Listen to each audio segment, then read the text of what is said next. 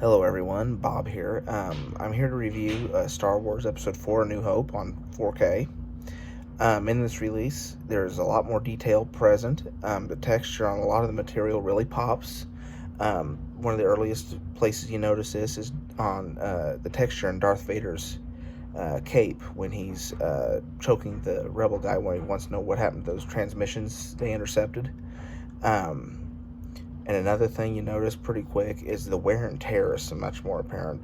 You know, Lucas is famous for wanting a lived-in universe, and not like what a lot of the science fiction universes look like, where everything was all nice and spotless. This is lived in, so it's greasy, grimy, and everything from the droids to the machinery, it all shows that it has that lived-in feel, and a lot of that is it brought to the forefront in this release.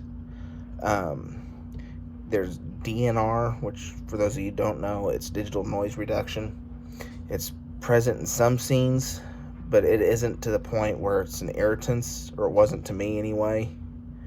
The one problem I have with this release, and it is going to happen no matter what, as long as it comes altered. Any of the unaltered footage from the original theatrical release, it all looks great.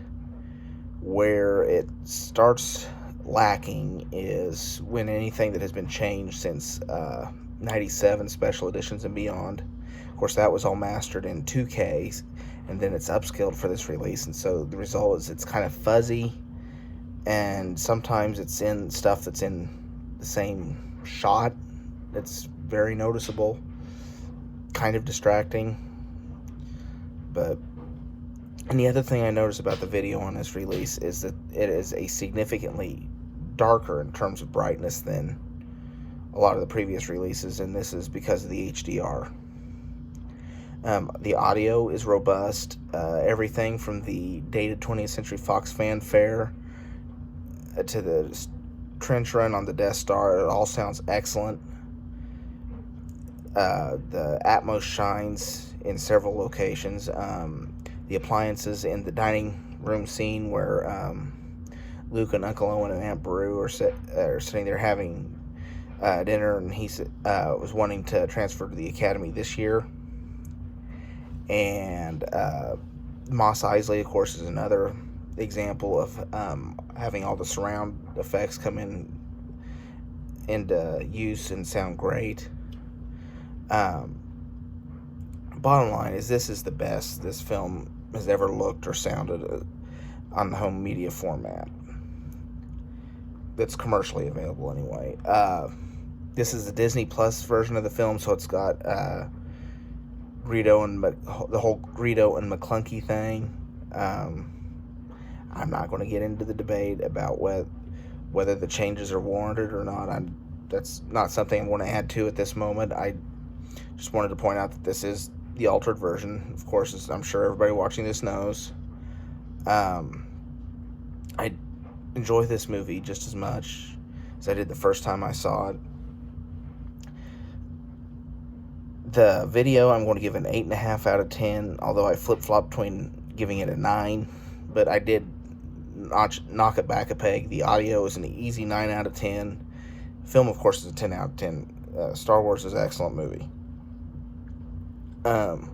The problems that a lot of reviews that I've read online had with this release, I can see them, but they don't distract me from my enjoyment of the movie. And truthfully, it's something that a lot of your casual viewers that aren't videophiles are going to notice.